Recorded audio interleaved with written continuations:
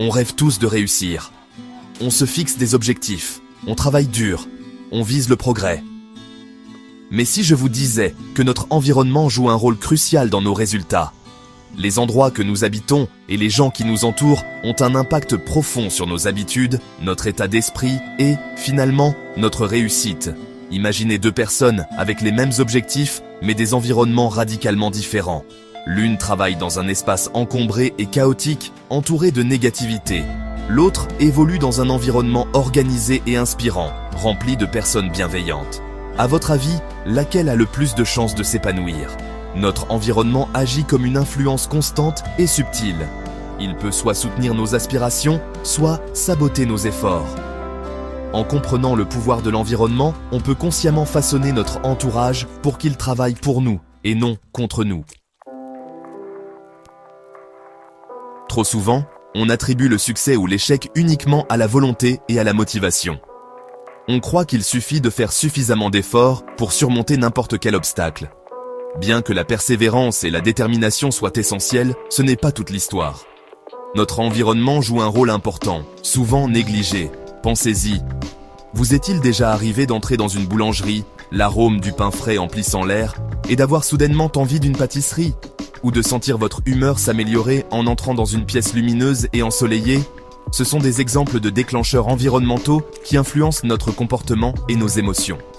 L'étude de Stanford sur les habitudes a révélé que notre environnement est rempli de ces signaux subtils qui façonnent nos actions. De l'aménagement de nos maisons aux normes sociales de nos communautés, notre environnement nous pousse constamment vers certains comportements. Reconnaître ces signaux est la première étape pour les utiliser à notre avantage. L'étude de Stanford sur les habitudes, un projet de recherche révolutionnaire, s'est penchée sur le pouvoir de l'aménagement de l'environnement pour influencer le comportement. Les chercheurs ont découvert que notre environnement regorge de déclencheurs d'habitudes, des signaux subtils qui activent des réponses automatiques. Par exemple, l'étude a révélé que les personnes qui gardaient des fruits frais visibles sur le comptoir de leur cuisine étaient plus susceptibles de choisir des collations saines. À l'inverse, celles qui gardèrent de la malbouffe à portée de main étaient plus enclines à grignoter des aliments malsains. Ceci souligne un point crucial, notre environnement peut faciliter ou, au contraire, rendre plus difficile le maintien de nos habitudes souhaitées. En aménageant consciemment notre environnement, on peut éliminer les obstacles aux comportements positifs et rendre plus difficile l'adoption de comportements négatifs. Façonner son espace, façonner sa réussite. Conseil pratique. Alors, comment exploiter le pouvoir de notre environnement pour réussir ? Commencez par faire le point sur votre environnement. Y a-t-il des distractions évidentes ou des déclencheurs négatifs que vous pouvez éliminer ? Pourriez-vous réorganiser votre espace de travail pour favoriser la concentration et la productivité ? De petits changements peuvent faire une grande différence. Considérez ces conseils pratiques. Désencombrez votre espace de travail. Un environnement propre et organisé favorise la clarté et la concentration. Optimisez l'éclairage. La lumière naturelle améliore l'humeur et les niveaux d'énergie. Entourez-vous d'inspiration. Affichez des citations, des images ou des objets motivants qui vous inspirent. Créez un espace de travail dédié. Avoir un espace réservé au travail aide à signaler à votre cerveau qu'il doit passer en mode travail. N'oubliez pas, votre environnement doit être un outil qui soutient vos objectifs et non un obstacle qui vous freine. Les habitudes invisibles de ton environnement peuvent être un poison mental. Les notifications constantes, la télé allumée en arrière-plan et le manque de routine, tout cela peut nuire à ta productivité et à ton bien-être. Pour contrer cela, mets en place des déclencheurs d'habitudes positives. Par exemple, laisse un tapis de yoga visible pour t'encourager à faire de l'exercice.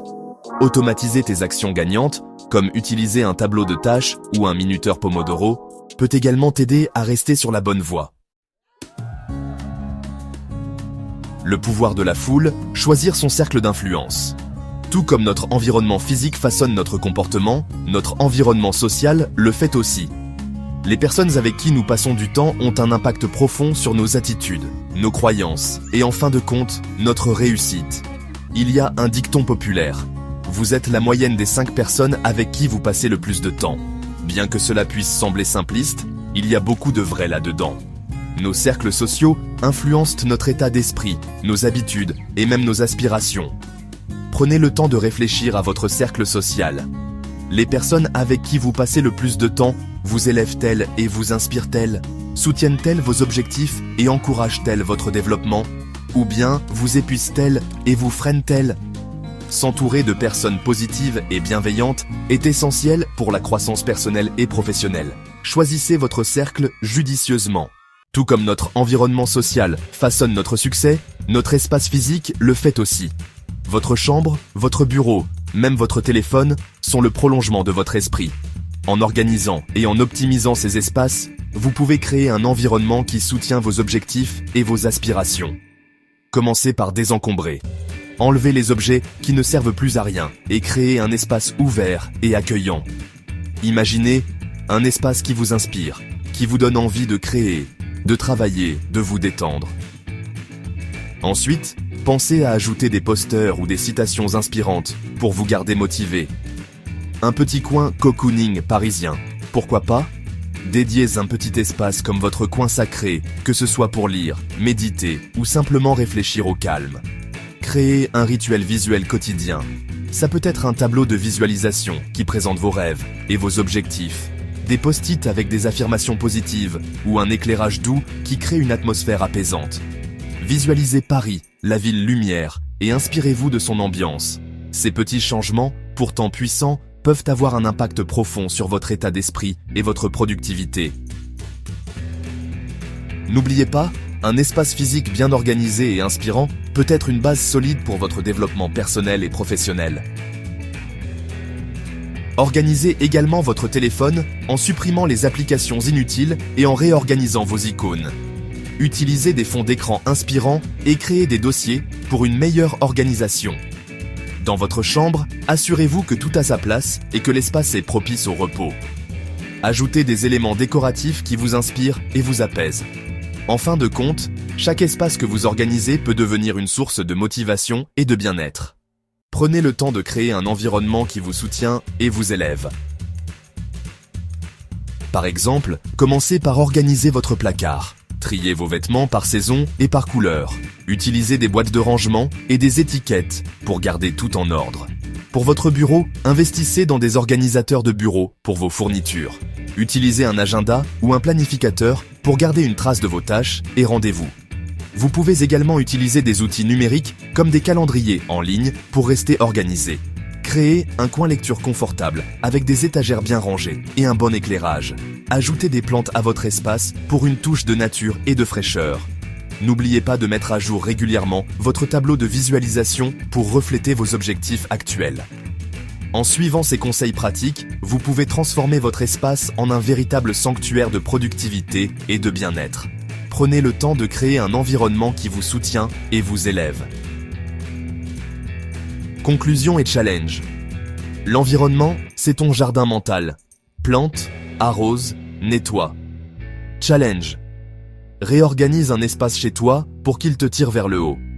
Poste une photo, avant, après, et raconte ce que tu ressens après 7 jours.